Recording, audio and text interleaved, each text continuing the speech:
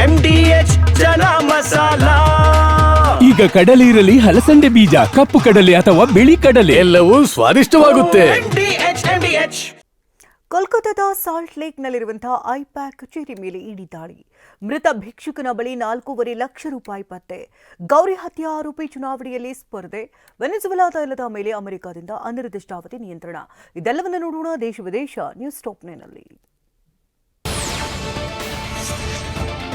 ಅಕ್ರಮ ಹಣ ವರ್ಗಾವಣೆ ಪ್ರಕರಣದ ತನಿಖೆಗಾಗಿ ಇಡಿ ಅಧಿಕಾರಿಗಳು ಕೋಲ್ಕತ್ತಾದ ಸಾಲ್ಟ್ ಲೇಕ್ನಲ್ಲಿ ಇರುವ ಐಪ್ಯಾಕ್ ಕಚೇರಿ ಹಾಗೂ ಅದರ ಸಿಇಒ ಪ್ರತೀಕ್ ಜೈನ್ ಮನೆ ಮೇಲೆ ಇವತ್ತು ಬೆಳಗ್ಗೆ ದಾಳಿ ನಡೆಸಿದ್ದಾರೆ. ಸುಮಾರು 15 ಕಡೆ ದಾಳಿ ನಡೆಸಿರುವ ಇಡಿ ಅಧಿಕಾರಿಗಳು ಮಹತ್ವದ ದಾಖಲೆಗಳನ್ನು ವಶಕ್ಕೆ ಪಡೆದಿದ್ದಾರೆ. ನಕಲಿ ಸರ್ಕಾರಿ ಹುದ್ದೆ ಕುರಿತ ಹಗರಣದಲ್ಲಿ ದಾಳಿ ನಡೆಸಲಾಗಿದೆ ಅಂತ ಇಡಿ ಹೇಳಿಕೊಂಡಿದೆ.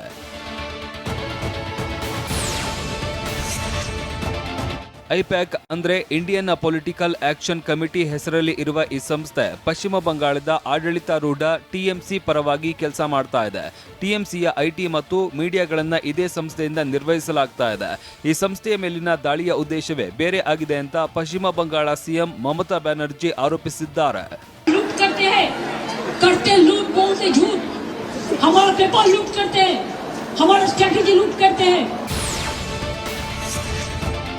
ಐಪ್ಯಾಕ್ ಕಚೇರಿ ಮೇಲಿನ ಇಡಿ ದಾಳಿ ಖಂಡಿಸಿ ಕೋಲ್ಕತ್ತಾದಲ್ಲಿ ಇವತ್ತು ಸಿಎಂ ಮಮತಾ ಬ್ಯಾನರ್ಜಿ ಬೃಹತ್ ಪ್ರತಿಭಟನಾ ಮೆರವಣಿಗೆ ನಡೆಸಲಿದ್ದಾರೆ. ಇಡಿ ದಾಳಿಯ ಬೆನ್ನಲ್ಲೇ ಐಪ್ಯಾಕ್ ಸಂಸ್ಥೆ ಕೋಲ್ಕತ್ತಾ ಹೈಕೋರ್ಟ್ ಮೊರೆ ಹೋಗಿದೆ. ಇಡಿ ದಾಳಿಯನ್ನ ಬಿಜೆಪಿ ಸಮರ್ಥಿಸಿಕೊಂಡಿದೆ. ಸಿಎಂ ಒಬ್ಬರು ಇಡಿ ದಾಳಿ ಮಾಡಿದ ಸ್ಥಳಕ್ಕೆ ಯಾಕೆ ಹೋಗಬೇಕು ಅಂತ ಬಿಜೆಪಿ ನಾಯಕರು ಪ್ರಶ್ನಿಸಿದ್ದಾರೆ.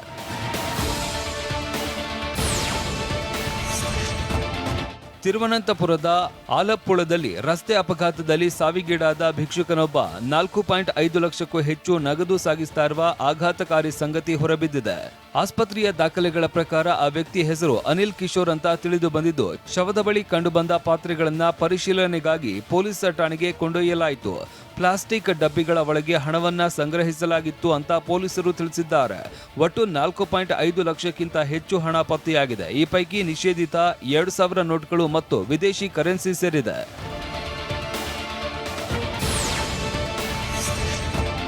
ಕರ್ನಾಟಕದ ಖ್ಯಾತ ಪತ್ರಕರ್ತೆ ಕಾರ್ಯಕರ್ತೆ ಗೌರಿ ಲಂಕೇಶ್ ಹತ್ಯೆಯ ಆರೋಪಿಯೊಬ್ಬರು ಇದೀಗ ಮಹಾರಾಷ್ಟ್ರ ಚುನಾವಣೆಯಲ್ಲಿ ಸ್ಪರ್ಧೆ ಮಾಡ್ತಾ ಇದ್ದಾರೆ.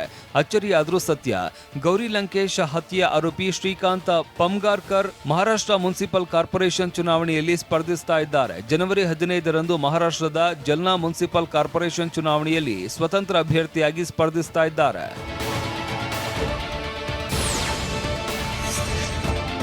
2027ರ ಜನಗಣತಿ ಮೊದಲ ಹಂತವಾಗಿ ಮನೆಗಳ ಪಟ್ಟಿ ಮತ್ತು ವಸತಿ ಗಣತಿ ಪ್ರಕ್ರಿಯೆಯು ಮುಂಬರುವ ಏಪ್ರಿಲ್ 1ರಿಂದ ಸೆಪ್ಟೆಂಬರ್ 30ರವರೆಗೆ ಎಲ್ಲ ರಾಜ್ಯ ಮತ್ತು ಕೇಂದ್ರಾಡಳಿತ ಪ್ರದೇಶಗಳಲ್ಲಿ ನಡೆಯಲಿದೆ. ಈ ಸಂಬಂಧ ಕೇಂದ್ರ ಗೃಹ ಸಚಿವಾಲಯ ಅಧಿಸೂಚನೆ ಹೊರಡಿಸಿದೆ.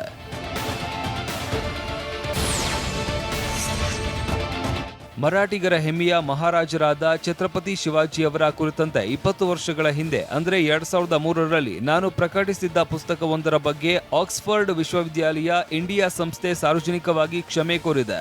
2003ರಲ್ಲಿ ಪ್ರಕಟವಾಗಿದ್ದ Shivaji the Hindu king in Islamic India ಎಂಬ ಪುಸ್ತಕ ಪ್ರಕಟಿಸಿದ್ದು, ಅದರ ಕೆಲವು ಪುಟಗಳಲ್ಲಿ ಆಕ್ಷೇಪಾರ್ಹ ವಿಚಾರಗಳನ್ನು ಉಲ್ಲೇಖಿಸಿತ್ತು ಅಂತ ಪ್ರಕರಣ ದಾಖಲಾಗಿತ್ತು. ವಾಹ್, ಯಾಕೆ ಈಗ ಬಂತ ಸ್ವಾದ? ಖಂಡಿತ ಈಗ ಬಂತು ಅಸಲಿ ಸ್ವಾದ. MDH chunky chaat masala life ಅಲ್ಲಿ ಅಸಲಿ ಸ್ವಾದ ತರುತ್ತೆ. ಅಸಲಿ ಮಸಾಲ, ಎಸ್ ಎಸ್ MDH.